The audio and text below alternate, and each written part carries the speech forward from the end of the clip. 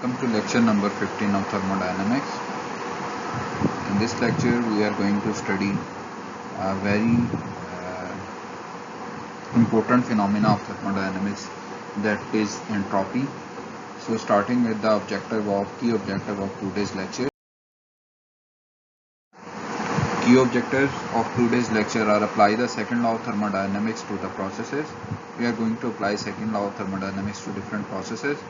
Then comes define a new property called entropy to qualify the second law effects. So we are going to define an important property, that is entropy, and we are going to have that what type of effect, second law effect is being carried out on entropy. Establish the increase of entropy process or principle. We are going to establish the entropy principle, increase in entropy principle. Then we are going to have calculate the entropy changes that take place during process for pure substances, incompressible substances, and ideal gases. Examine a special case of idealized process called isentropic processes and develop the property relation for these processes. Then comes drive the reversible steady flow work relation, develop the isentropic efficiency for various steady flow devices, introduce and apply the entropy balance to various systems. These last three topics will be covered in the next lecture, that is lecture number 16, and the above mentioned objective, including first, second, third, fourth, and fifth objectives, will be covered in this lecture. So coming towards next slide of this next slide of this lecture, we are going to have the first basic phenomena, that is entropy. So starting with the entropy, we are going to have a very basic example for it.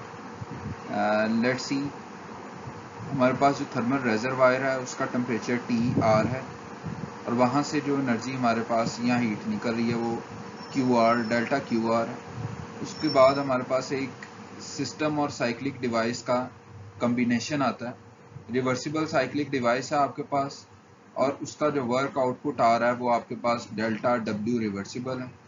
उसकी जो heat output आती है जो कि sink की तरफ जा रही होती थी यूजुअली, उसको हमने आगे एक सिस्टम में यूज़ किया, और वो जो हीट आ रही है हमारे पास इनपुट इस सिस्टम के लिए वो डेल्टा Q है। सिस्टम का टेम्परेचर आपके पास T है, और सिस्टम जो वर्क परफॉर्म कर रहा है उसको डेल्टा WS के साथ शुरू किया गया। तो ये हमारे पास कंबाइंड सिस्टम है जिसमें सिस्टम और साइक्लिक डिवाइस दोनों ऑपरेट कर रहे हैं। This system considered in the development of the Clausius inequality. तो हमने दो तरह की डेफिनेशंस पढ़ी थी सेकंड लॉ की। एक थी हमारे पास केल्विन प्लैंक स्टेटमेंट और दूसरी थी क्लासियस स्टेटमेंट। तो क्लासियस स्टेटमेंट को यहाँ पे हम यूज़ करेंगे, और उसके अकॉर्डिंगली हमारे पास तीन तरह के डिफरेंट सिनेरियोज आते थे, जिसमें Q/T या हमारे पास QH/QL is equal to TH/TL होता था। उसी को अगर रीअरेंज करें तो हम उसको इस तरह से लिख सकते हैं कि डेल्टा Q या QH/TH is equal to, or we are going to have three different type of inequalities and equalities. जब आपका Q/T लेस देन 0 तो आपके पास इरिवर्सिबल प्रोसेस होता है।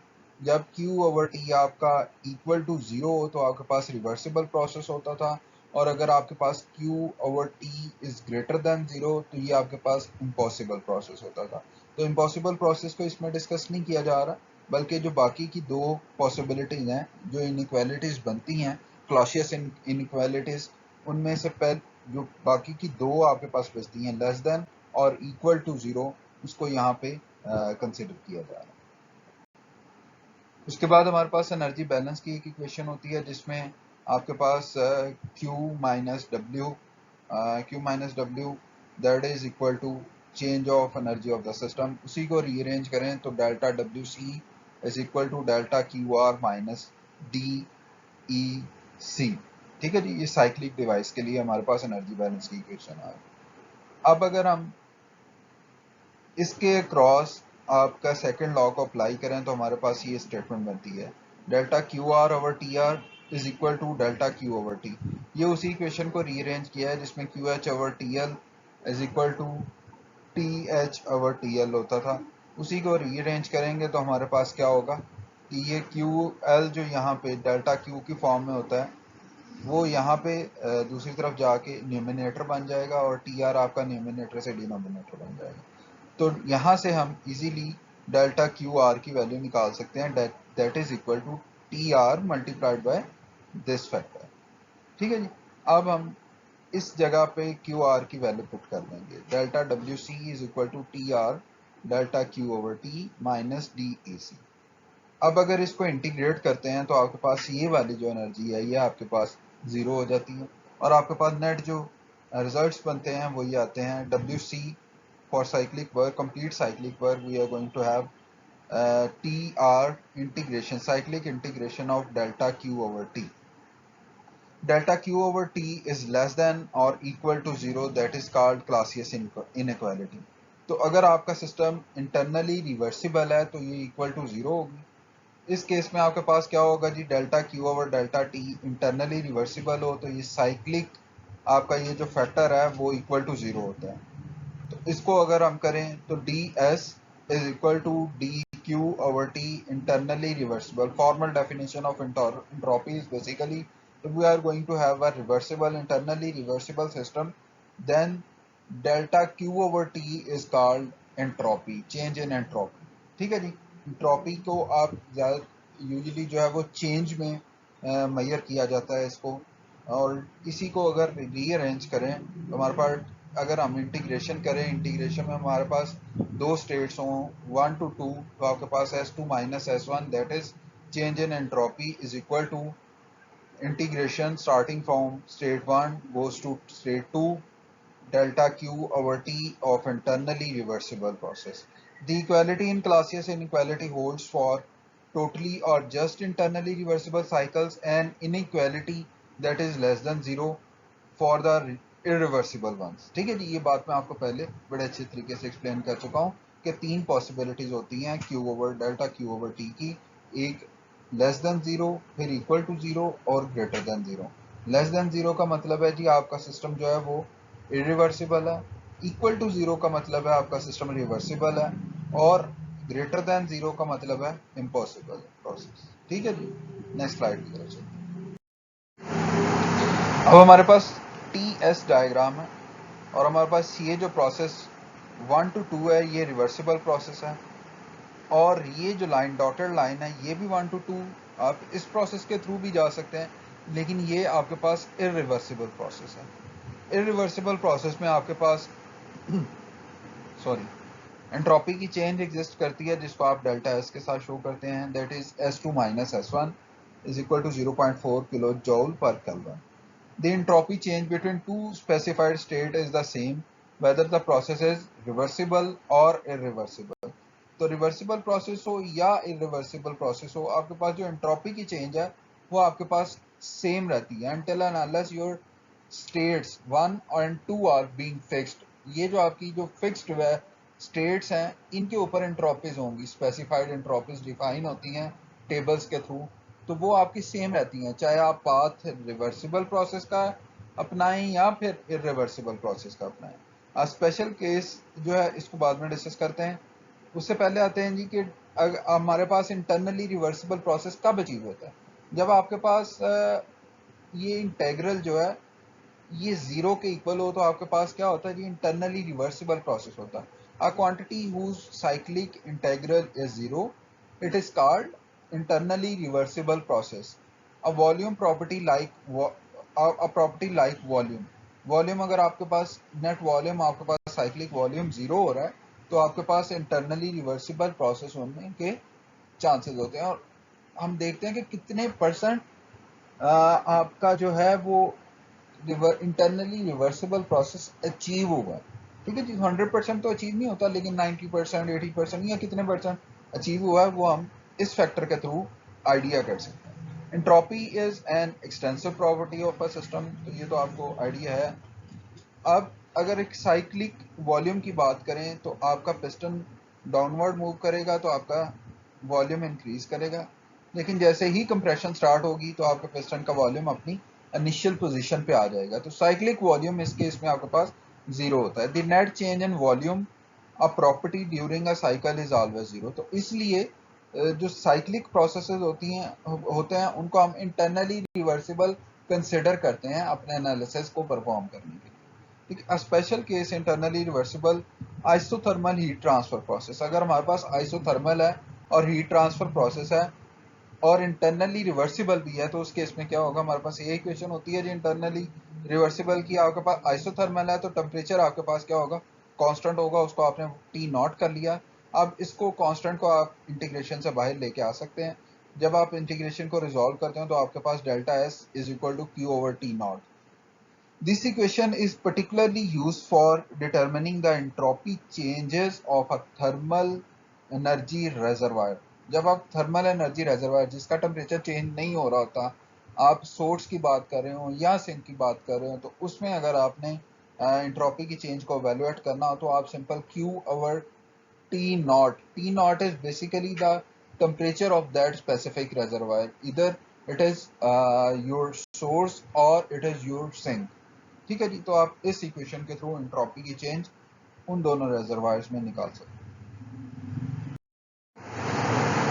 The increase of entropy principle. Entropy always increases. इस principal को कैसे prove किया गया है और इसको ये किस तरह से लैबोरेटिव है, ये अभी हम देखते हैं जी। आपके पास प्रोसेस है जी 1 to 2। आपके पास प्रोसेस है, आपकी जो टेम्परेचर और एंट्रोपी है उसकी एक लाइन ट्रेस की और वो 1 to 2 है, और एक आप इसी प्रोसेस को वापस लेके आते हैं यानी साइकिल करते हैं इसी, यानी आपका जो पोजीशन होती सिस्टम होता है वो जिस इनिशियल स्टेट से स्टार्ट हुआ होता है उसकी फाइनल स्टेट भी वही बनती है। तो ये आपके पास एक साइकिल बनेगा। साइकिल के दो डिफरेंट पाथ्स हैं या प्रोसेस के पाथ हैं। एक ये डॉटेड लाइन वाला पाथ है, इट कैन बी रिवर्सिबल और irreversible, but your path to that is 2 to 1 is internally reversible process। ठीक है, a cycle composed of a reversible and an irreversible processes is being carried out here। So we are going to define that what is increase of entropy principle। Cyclic अगर बात करें entropy की तो हमारे पास again यही inequality होती है Clausius statement के थ्रू। अब इस साइकिल में आपके पास दो तरह से एंट्रोपी जो है ये जो है चेंज हो रहा है, फैक्टर 1 to 2 जा रहा है और 2 to 1 है। 1 to 2 आपका may be it is reversible और इट इज रिवर्सिबल, बट आपका जो प्रोसेस 2 to 1 है वो इंटरनली रिवर्सिबल है। तो ये आपके पास जब आपने सेपरेट किया तो 1 to 2 आपके पास रिवर्सिबल भी हो सकता है और इरिवर्सिबल भी हो सकता है, लेकिन आपका 2 to 1 जो है वो इंटरनली रिवर्सिबल है। तो ये हमने इसी तरह से राइट डाउन किया। अब अगर आपके पास इंटरनली रिवर्सिबल प्रोसेस हो साइकिल के दौरान तो उसको आप S2 माइनस S1 में सिंपली लिख सकते हैं, या S1 सॉरी इसमें चूंकि S2 माइनस S1 उस वक्त लिखते हैं जब आपके पास फाइनल स्टेट 2 हो और इनिशियल स्टेट 1 हो। तो हमारे पास फाइनल स्टेट इस केस में 1 है और इनिशियल स्टेट आपके पास 2 है, तो S1 माइनस S2 आ जाएगा। ये फैक्टर वैसे का वैसे रह जाएगा, लेस देन और इक्वल टू 0। या हम अगर इसको रीअरेंज करें तो हमारे पास इसको हम इक्वालिटीज को रीऑर्डर करें, रीऑर्डरिंग करने के थ्रू आपके पास S2 minus S1 that is greater than or equal to the entropy change during process 1 to 2। तो S2 माइनस S1 या तो आपका इसके इक्वल होगा या इससे ज्यादा होगा। इक्वल उस वक्त होगा जब आपका ये प्रोसेस जो है वो रिवर्सिबल हो, और ग्रेटर देन कब होगा जब आपका पास ये इरिवर्सिबल हो। तो ये लेस देन नहीं होता। लेस देन का मतलब है कि ये इंट्रोपी आपकी जो चेंज इन इंट्रोपी है वो कम हो रही है, यानी इंट्रोपी आपकी फाइनल स्टेट पे जाके कम हो रही है, इनिशियल पे ज्यादा। ऐसा नहीं हो रहा। जब आप सिस्टम और सराउंडिंग की टोटल की बात करते हैं तो इंट्रोपी आपकी जनरेट होती है, इंट्रोपी आपकी बढ़ती है। उसको जो प्रूव किया गया है वो इस इनइक्वालिटी से किया गया है जी। The equality holds for an internally reversible process and inequality for an irreversible process, जो मैं आपको बड़े अच्छे तरीके से एक्सप्लेन कर चुका हूं।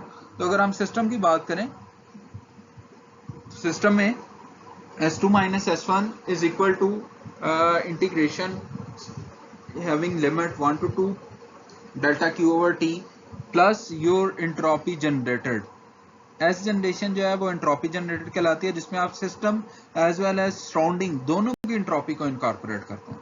ठीक है, तो ये आपकी जनरेशन एंट्रोपी जनरेशन कहलाती है। So entropy generation can be written as change in entropy of the system and change in entropy of the surrounding, and it is always equal or greater than zero. It cannot be less than zero.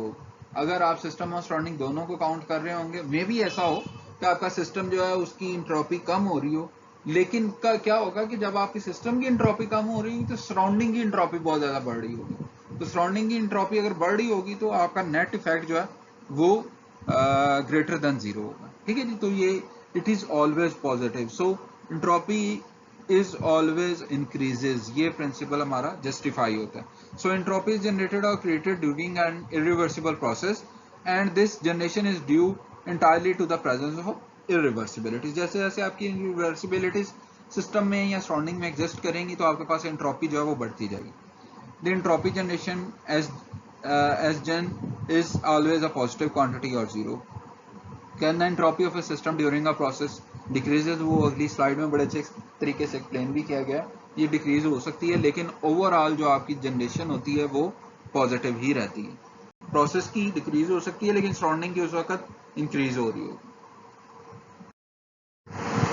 अब हम अगर isolate कर लें किसी system को, उसके surrounding के साथ ही उसको आइसोलेट कर लें, a system and its surrounding isolated from N isolated system. हमने एक बाउंड्री डिसाइड की जिसमें ये आपकी सराउंडिंग आ गई और ये आपका सिस्टम आ गया। अब सिस्टम के अंदर आपकी क्यू डब्ल्यू और मैस जो है वो इन आउट भी हो रहा है इस बाउंड्री से, लेकिन आपके पास जो एक्सटर्नल आइसोलेटेड सिस्टम बाउंड्री है या एक्सटर्नल बाउंड्री है, इसमें ना तो आपका मैस इन हो रहा है, ना क्यू इन हो रहा है, ना डब्ल्यू इन हो रहा है। ठीक है जी, तो ये आपने आइसोलेट किया, तो आपका जो आप अचीव करेंगे, जो आप कैलकुलेशंस परफॉर्म करेंगे वो इस आइसोलेटेड सिस्टम बाउंड्री के अंदर रहते हुए करेंगे। इसमें सराउंडिंग भी है और सिस्टम भी है। तो ये जो एस जनरेशन होगी ये इसकी होगी, इनफैक्ट आपके सिस्टम की, और जो सराउंडिंग्स हैं आइसोलेटेड सिस्टम बाउंड्री के अंदर उनकी। इसी तरह हम अगर आइसोलेटेड सिस्टम की बात करें तो इसमें सब सिस्टम्स हो सकते हैं, 1 2 3 एंड मल्टीपल सब सिस्टम्स हो सकते हैं। The entropy change of an isolated system is the sum of the entropy changes of its components और इट्स सब सिस्टम्स। तो सब सिस्टम की एंट्रोपी चेंजेस को अगर आप प्लस करके सम अप कर देंगे तो आपके पास जो एंट्रोपी चेंज है वो पूरे सिस्टम की आ जाएगी। तो delta S isolated it may be equal to zero और ग्रेटर देन जीरो। जनरेशन जो एंट्रोपी की है वो टोटल के इक्वल होती है, सिस्टम और सराउंडिंग दोनों के इक्वल होती है, that is greater than zero. तो यहाँ से हमारे पास तीन पॉसिबिलिटीज सेम उसी तरह से बनी। अगर ग्रेटर देन जीरो तो इरिवर्सिबल प्रोसेस है, अगर आपके पास इक्वल टू जीरो तो रिवर्सिबल प्रोसेस है, अगर लेस देन जीरो तो इम्पॉसिबल प्रोसेस है। ठीक है जी, the increase of entropy principle leads towards three basic conditions in which we are going to have S generation is greater than 0, equal to 0 or less than 0. Some remarks about entropy. ये remarks हैं जी कुछ। Processes can occur in a certain direction only, not in any direction. A process must proceed in the direction that complies with the increase of the entropy principle. That is, S is being generated. A process that violates this principle is impossible. ठीक है जी, तो हम जो पहले तीन condition है उन्हीं को यहाँ पे डिस्क्राइब किया जा रहा है जी, कि आपका जो प्रोसेस है वो एक सर्टेन डायरेक्शन में मूव करता है, किसी भी डायरेक्शन में मूव नहीं कर सकता बल्कि एक सर्टेन डायरेक्शन में मूव करेगा, और वो डायरेक्शन क्या होगी, वो डायरेक्शन आपकी इंक्रीज इन एंट्रोपी प्रिंसिपल को फॉलो करती है। सेकेंड है आपके पास entropy is non conserved property, there is no such sort of conservation of entropy principle। तो आपकी जो एंट्रोपी है वो कंटिन्यूसली इंक्रीज कर रही होती है। एंट्रोपी बेसिकली डिसऑर्डर होता है, डिसऑर्डर ऑफ एनी सिस्टम, तो वो आपके पास क्या होता है कि इंक्रीज जा रहा होता है। Entropy is non conserved property and there is no such thing as the conservation of entropy principle. Entropy is conserved during the idealised reversible process only and increase during all actual process. तो अगर आपके पास reversible process होगा तो उसमें आपके पास entropy conserve हो सकती है, लेकिन अगर आपके पास जितने भी एक्चुअल प्रोसेस है जिनमें इरिवर्सिबिलिटीज काउंट होती हैं वो आपके पास एंट्रोपी जो वो हमेशा इंक्रीज कर रही होती है। The performance of engineering system is degraded by the presence of irreversibility and entropy generation is a measure of the magnitude of the irreversibilities during that process. It is also used to establish criteria for the performance of engineering devices. तो engineering devices की performance को measure करने के लिए हम इसको एक criteria के तौर पर ट्रीट कर सकते हैं। उसकी वजह ये होती है कि एंट्रोपी जनरेशन जो है वो आपको ये बता रही है कि there is some sort of irreversibilities present in your system or in your surrounding. ठीक है, the entropy change of a system can be negative but the entropy generation cannot be. Entropy change of pure substances, ये हमारे पास TS diagram है और ये आपके पास जो डूम है ये डूम आपके पास ट्रांजिशन का डूम होता है जिसमें आप लिक्विड को आपका लिक्विड जो है वो कन्वर्ट होता है वेपर्स में और उसके बाद सुपरहीटेड वेपर्स में। तो इसके डिफरेंट 3 रीजन होते हैं। यहाँ पे आपके पास सारे का सारा कंप्रेस्ड लिक्विड या प्योर लिक्विड होता है। ये रीजन जो दरमियान वाला रीजन है इसमें आपके पास लिक्विड और वेपर का मिक्सचर होता है या इसको वेट स्टीम भी कहा जाता है। ये आपकी जो लाइन है ये आपकी प्योर वेपर की लाइन होती है, इसको सैचुरेटेड वेपर लाइन भी कहा जाता है। इससे ऊपर जितने भी या आपकी एंट्रोपी अगर इससे भी मजीद बढ़ जाए तो आपके पास यहाँ पे सुपर हीटेड वेपर्स होते हैं। तो ये सुपर हीटेड का रीजन होता है, ये आपके पास वेट स्टीम का रीजन होता है, ये saturated vapours, saturated liquid, compressed liquid. तो ये डिफरेंट जो है इस आपके पास जो डायग्राम है उसके रीजन है और उनके आइडेंटिफिकेशन है। यहाँ पे P1 T1 S1 is approximately equal to entropy of the fluid at T1 और प्रेशर आपके पास जो है वो भी गिवन होगा। The entropy of a pure substance is determined from the table like other properties. Schematic of TS diagram for water. अगर water के case को डिस्कस करें तो हमारे पास यहाँ पे आपके पास टेम्परेचर्स होंगे। ये जो लाइंस जा रही हैं ये कांस्टेंट प्रेशर की लाइंस हैं, ठीक है जी। तो ये आपका जैसे जैसे ऊपर जाते जाएंगे आपका प्रेशर्स बढ़ते जाएंगे। यहाँ पे प्रेशर 1 मेगा पास्कल है, यहाँ पे 10 मेगा पास्कल है। ये जो डॉटेड लाइंस आ रही हैं ये कांस्टेंट वॉल्यूम की लाइंस आ रही हैं। यहाँ इस लाइन के ऊपर आपके पास वॉल्यूम जो है वो कांस्टेंट रहेगा। ये सैचुरेटेड वेपर की लाइन है, ये आपके पास सैचुरेटेड लिक्विड की लाइन है, ये क्रिटिकल स्टेट होती है। यहाँ पे आपके पास सारे का सारा सुपरहीटेड रीजन होता है, ये वेट स्टीम का रीजन होता है और ये आपके पास कंप्रेस्ड लिक्विड या सैचुरेटेड लिक्विड का रीजन होता है। तो schematic of TS diagram of water ये है। एंट्रोपी चेंज अगर इसमें मेजर आप करना चाहें तो MS2 - S1 कोई भी पॉइंट के ऊपर, लेट्स सी मैं यहाँ से एक बिल्कुल नीचे यहाँ पे एक पॉइंट गिराता हूँ तो यहाँ पे एंट्रोपी आपकी सेम होगी। 6 के ऊपर मैं अगर एक लाइन गिराता हूँ तो 6 के ऊपर S2 भी 6 होगी, S1 भी आपके पास 6 हो। तो ये आइसेंट्रोपिक प्रोसेसेस कहलाते हैं जिसको आगे इसी लेक्चर में डिस्क्राइब किया जाए। नेक्स्ट चलते हैं। Isentropic processes. Isentropic processes are those processes during which the entropy remains constant. So if your entropy is going to be constant before and after your process, then it is called isentropic process. तो delta S उस case में आपके पास 0 होता है, S2 is equal to S1 और इसको एक straight line से डाउनवर्ड आप शो करते हैं। किस तरह से होता है अगर आपके पास ये रिवर्सिबिलिटीज काउंट ना हो, टोटली रिवर्सिबल प्रोसेस हो आपके पास इंटरनली, तो वो आपके पास क्या होगा जी, आइसेंट्रोपिक प्रोसेस हो। ये हमारे पास एक टरबाइन का केस शो किया गया है। टरबाइन के केस में आपके पास इनलेट के ऊपर S1 एंट्रोपी और वही एंट्रोपी आपके पास आउटलेट के ऊपर भी अचीव हो रही है, तो ये आपके पास क्या होगा, आइसेंट्रोपिक प्रोसेस होगा। इसके दौरान आपकी एंट्रोपी जो है वो कांस्टेंट रही है, तो ये आइसेंट्रोपिक प्रोसेस होगा। Isentropic process basically reversible adiabatic process को भी कहते हैं, ठीक है जी।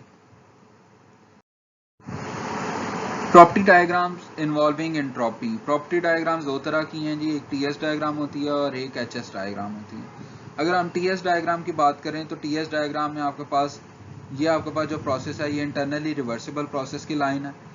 अगर आप शेडेड एरिया की बात करें तो on TS diagram the area under the process curve represents the heat transfer for internally reversible. Internally reversible process के केस में हमें पता है कि आपके पास जो ds है that is equal to dq/t होता है। उसी को रीअरेंज करें तो आपके पास t और ds को अगर आप मल्टीप्लाई करें तो आपके पास क्या आ जाता है जी, इंटरवल के दौरान इंटरनली रिवर्सिबल आपके पास जितनी हीट ट्रांसफर हो रही होगी वो आपके पास आ जाएगी। तो ये एरिया अंडर द कर्व भी कहलाता है। ये इक्वेशन यहाँ पे लिखी है, ये आपके पास स्पेसिफिक का केस आ गया, और ये स्पेसिफिक होने के बाद आप जब टी नॉट को फिक्स कर देते हैं आपके पास कांस्टेंट टेम्परेचर होता है, तो ये उसका केस आ गया। अब अगर एच एस डायग्राम की बात करें तो एच एस डायग्राम में for adiabatically steady flow devices the vertical distance delta H on H S diagram is measure of the work. ये आपके पास टोटल हीट कंटेंट जो है वो एंथैल्पी कहलाता है, और disorder of any system is your entropy. Heat content आपको ये बताता है कि आपका सिस्टम कितना वर्क परफॉर्म कर सकता है, और डेल्टा एस आपको बताता है कि कितनी इरिवर्सिबिलिटीज है, डिसऑर्डर कितना है आपके पास, आपके सिस्टम के पास। ठीक है, तो ये मेजर किया जाता है। इसको मुलायर डायग्राम भी कहते हैं, जिसको एच एस डायग्राम हमने कहा। What is entropy? Entropy is basically disorder है। अगर आपके पास सॉलिड है तो आप इसको हीट अप करना शुरू करते हैं, इसकी एंट्रोपी बढ़ना शुरू हो जाएगी, ये लिक्विड में कन्वर्ट होगा मेल्ट होने के बाद, फर्दर हीट अप करेंगे तो गैस में कन्वर्ट हो जाएगी। The level of molecular disorder is called entropy of a substance increases as it melts और इवेपोरेट्स। सॉलिड को गर्म करेंगे, मॉलिक्यूल्स की डिसऑर्डर बढ़ेगा, एंट्रोपी बढ़ेगी, तो आपके पास लिक्विड अचीव होगा। लिक्विड को गर्म करेंगे तो आपके पास क्या होगा जी? वेपर्स अचीव होंगे। वेपर्स को गर्म करते जाएंगे तो आपके पास गैसेज अचीव होना शुरू होगी।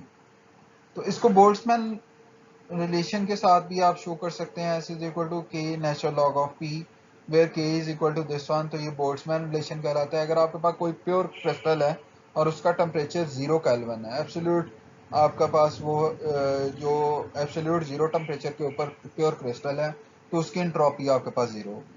A pure crystalline substance at absolute zero temperature is in perfect order and its entropy is 0. It is called third law of thermodynamics. Disorganized energy does not create much useful effect no matter how large it is. तो आपके पास अगर disorganised energy हो, जैसे इस figure में show किया गया है, तो जितनी आप एनर्जी इस तरफ लगा रहे हैं उतनी एनर्जी इस तरफ लगा रहे हैं, तो ये किसी भी तरफ आपके पास यूजफुल वर्क नहीं आएगा। तो इस केस में आपके पास जो है वो एंट्रोपी जो है वह उसकी इक्विलिब्रियम अचीव हो रहा होता है, या एंट्रोपी जो है वो एक सर्टेन अमाउंट की तरफ अचीव हो रही होती है। तो दिस इज बेसिकली एंट्रोपी। और एंट्रोपी आपकी 0 कब होती है? जब आपकी substance pure substance absolute 0 temperature पे हो, और इसको आप थर्ड लॉ ऑफ थर्मोडायनामिक्स भी। इसी को शो किया गया in the absence of friction raising a weight by a rotating shaft does not create any disorder and thus energy is not degraded during this process. अगर आपके पास यहाँ पे friction हो ही ना, तो आपका ये वेट अगर लेफ्ट हो रहा है इस शाफ्ट की वजह से, तो आपके पास एनर्जी के अंदर कोई भी डिग्रेडेशन नहीं हो रही। आपकी जितनी एनर्जी आप लगा रहे हैं उतनी ही एनर्जी के साथ आपका वेट जो है वो आप अपलिफ्ट कर रहे हैं उसको। ट्रांसमिशन जो है वो 100% हो रही है, और आपके पास नेट जो है डिग्रेडेशन वो 0 हो रही है।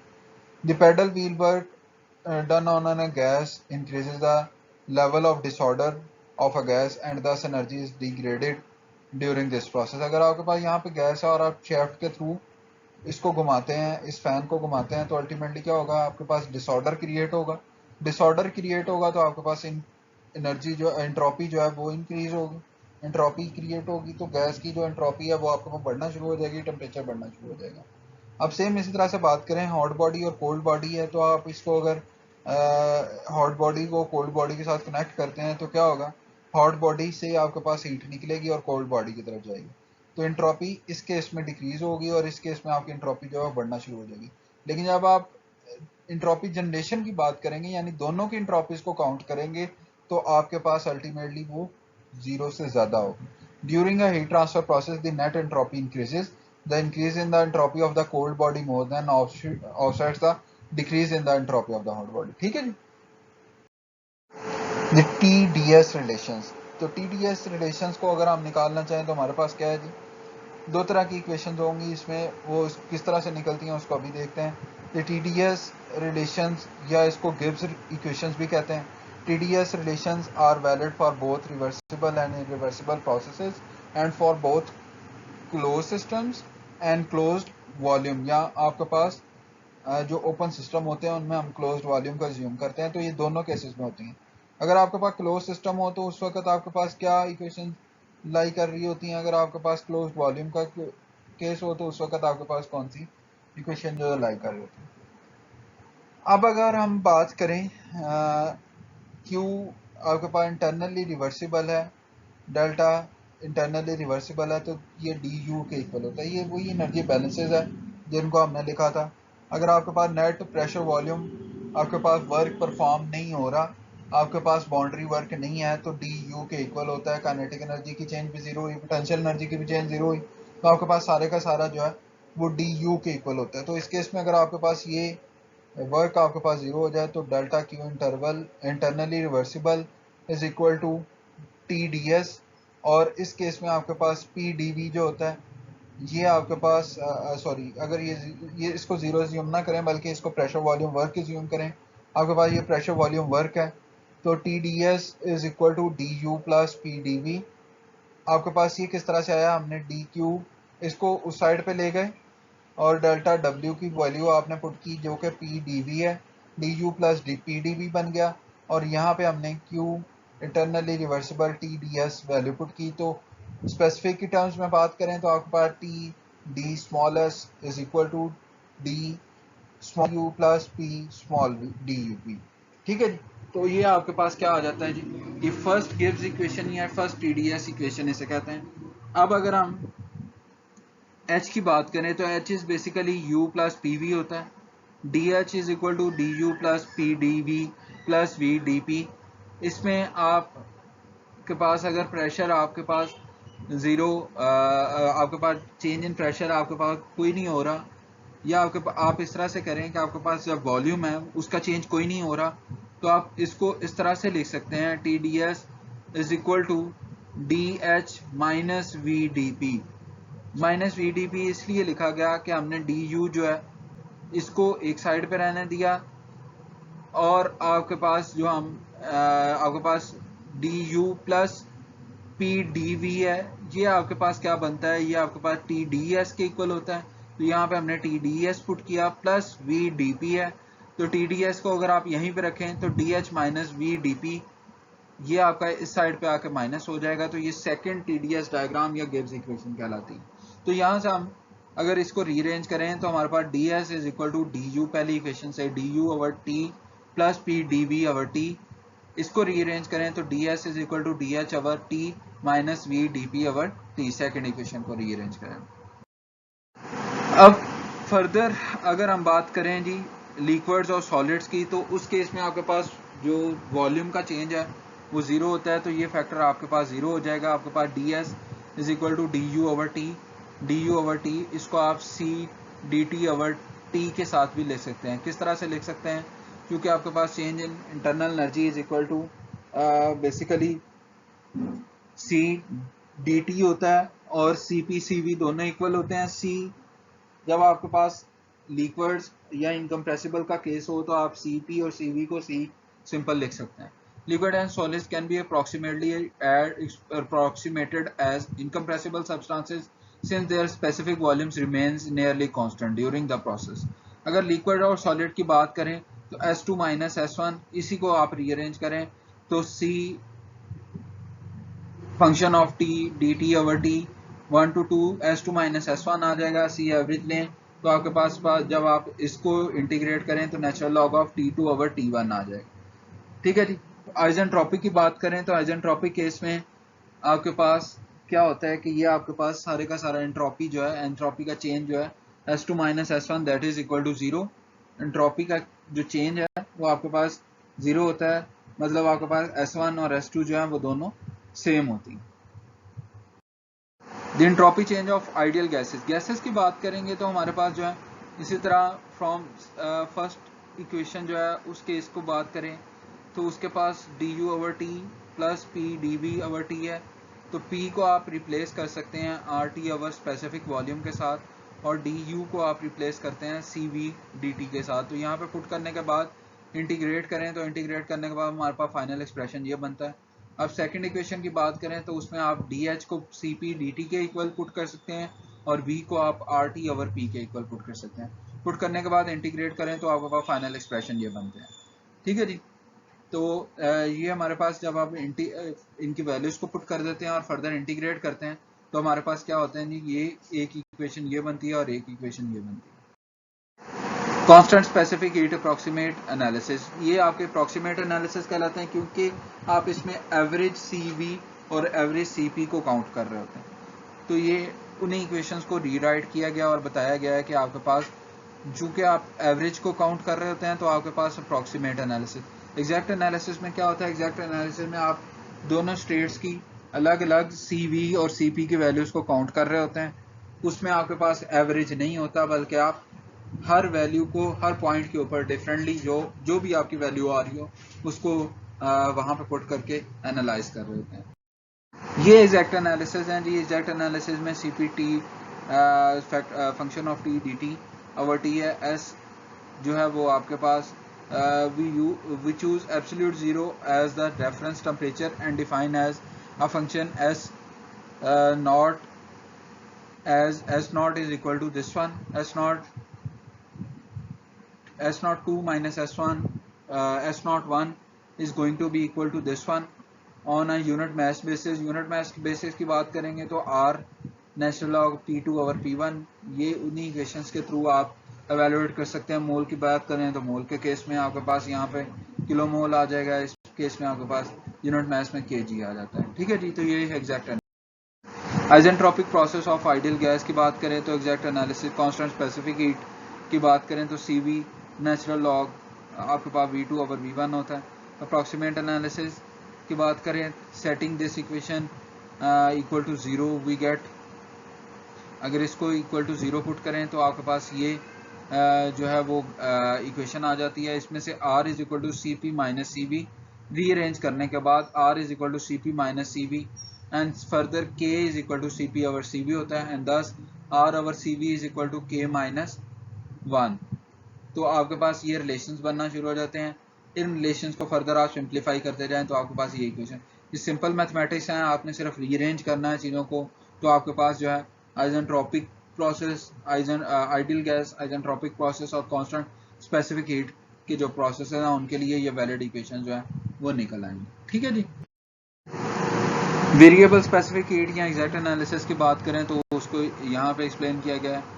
ये थोड़ा जो है वो थर्मोडायनेमिक्स 1 के लेवल से थोड़ा सा एग्जेजरेटेड जो है वो एनालिसिस हैं। इनको हम स्टडी जो है वो थर्मो 2 में या फिर MS के लेवल के ऊपर करते हैं। तो इसको फर्दर उन लेवल्स के ऊपर रिजॉल्व करने के लिए हम जो है अभी इसको वेव ऑफ करते हैं।